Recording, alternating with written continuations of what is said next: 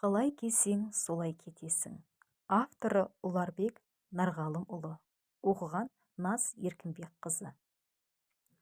Бір күні көршінің үйінен келген апамыз үйге кіріп күрсініп атамызға: "Әбден бекініп алыпты, кеткелі жатыр", деді. Атам біраз отырды, асықпай қозғалды. Көрші үйге тартты. Апам үн-түнсіз қала берді. Біз баламыз. Атамның ізінше әлгі үйге ентігіп кірдім. Көршінің әйелі жылап жүр. Киімдерін жинап жүр. Екі баласын киіндіріп қойыпты.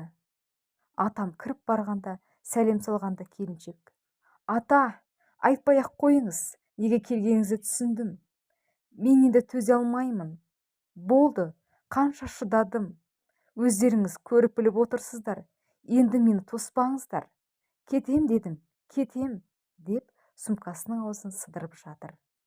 Сонда атам: Қарағым, жөн, жөн", деп бір ауыз отырды да келіншекке: "Қарағым, осы сен осы үйге келгенде нешеу едің?"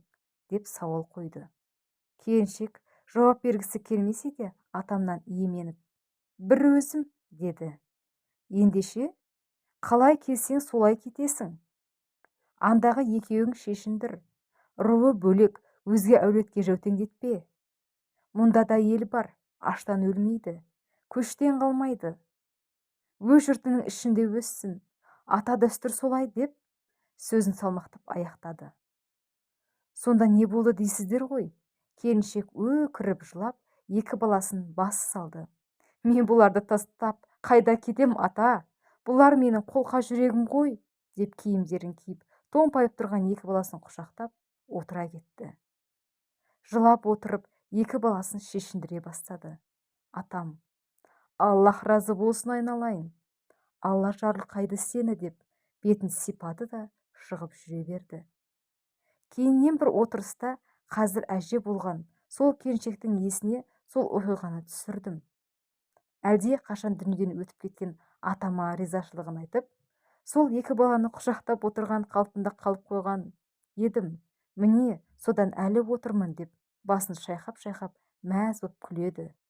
Қайда, бұл күнде екі баладан кейін тағы 4 бала туып, отбасы ордаға айналып, үлкен әулет болған.